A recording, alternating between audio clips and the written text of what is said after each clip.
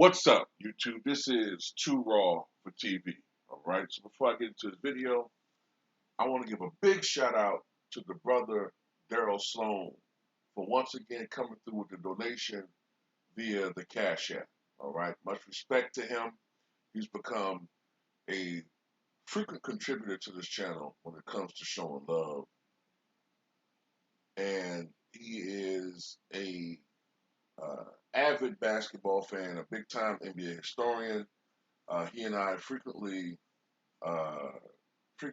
communicate with each other when it comes to social media, and we talk about the history of the game. We discuss certain players, where they should rank, and what I'm saying, he is a basketball historian of the highest order. His acumen is second to none, in my opinion. So once again, much respect to him for showing love to this channel, and to anyone else who wants to show love to this channel, you can do so in the links in the description box below via the Cash App or the PayPal. And the other alternative is the pinned comment in the comments section if you choose to. Let's talk about the World Series. Now, I don't really talk about baseball much. I really need to get back into watching the sport, but I did want to at least mention this. The Atlanta Braves were able to defeat the Houston Astros in Game 6 with a final score of 7-0 to go on and win the 2021 World Series championship. It is the Braves' fourth overall world championship. They won it in 1914 when they were the Boston Braves. They won it in 1957 when they were in Milwaukee. They won it in 1995 when they were in Atlanta, where they currently reside. And they won it again. And how ironic it could be if this team were to repeat, right? This team that no one really saw coming, where they could win two, and then that dynasty team in the 90s were only able to win it one time. That would be interesting. That would be remarkable.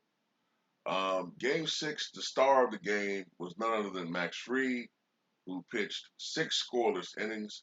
He got a lot of run support, but it mirrored the performance by Tom Glavine, who did not get anywhere near as much run support for his team, but Tom Glavine was also able to pitch a shutout, which led to the 1-0 victory in Game 6.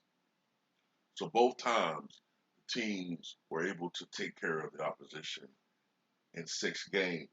But whenever there's a winner, there's always a loser. In this situation, it's the Houston Astros. And I have to say that outside of any new players that have come since the scandal, and Dusty Baker and managerial staff since the scandal, outside of them, I don't have any empathy for this team. I still see the players who are part of those fraudulent teams. I still see them as cheaters. Now, of course, they fired Hinch, the manager. Of course, they fired the staff that were responsible for orchestrating the scheme, the scam, the sham that was their cheating at home, their system. But still, there were many players who participated on those teams that are still on the squad, including their star second baseman. You know what I'm saying? I'm sorry, but to me, they're cheaters as well. So I wasn't rooting for them. Hell no. You know what I'm saying? Now, it's sad that Dusty Baker, for the 24th time as a manager, will still not know what it feels like to win one as a manager. Now, he did win a World Series as a player back in 1981 with the Dodgers, which was, I believe, the first of 2 seasons that he was an All-Star. And had he been a little bit younger and played a little bit longer, he retired after the '86 season with the Oklahoma Athletics. Excuse me, with the Oakland Athletics. Had he played in '89, he would have won one then. But as a manager, he's never won it. This is his second loss as a World Series manager. The first one came in 2002 when his team, though I believe, I remember something correctly, they were favored against the then Anaheim Angels. They lost that World Series, and it was interesting because Barry Bonds had the series of a lifetime. I think he hit like 4 home runs in that World Series. However, um, the then Anaheim Angels won in a manner that was unusual. Usually in the postseason, it's pitching and clutch defense. Excuse me. Well, clutch defense too. Pitching, clutch defense, and getting clutch hits. But the then Anaheim Angels, they were able to win it really off of their offense. I think they hit over 300 collectively as a team throughout the entire postseason, which is unheard of. You know, but Dusty Baker hasn't been able to get it done. And now he's pitched in both the National League. Excuse me, he's managed in both the National League and the American League. And of course, it's bittersweet because Hank Aaron is no longer with us. He wasn't able to see his team win the World Series. You know, of course, Hank Aaron passed away back in January this year at the age of 86. I'm not going to go into why he died or how he died, or just it's just sad.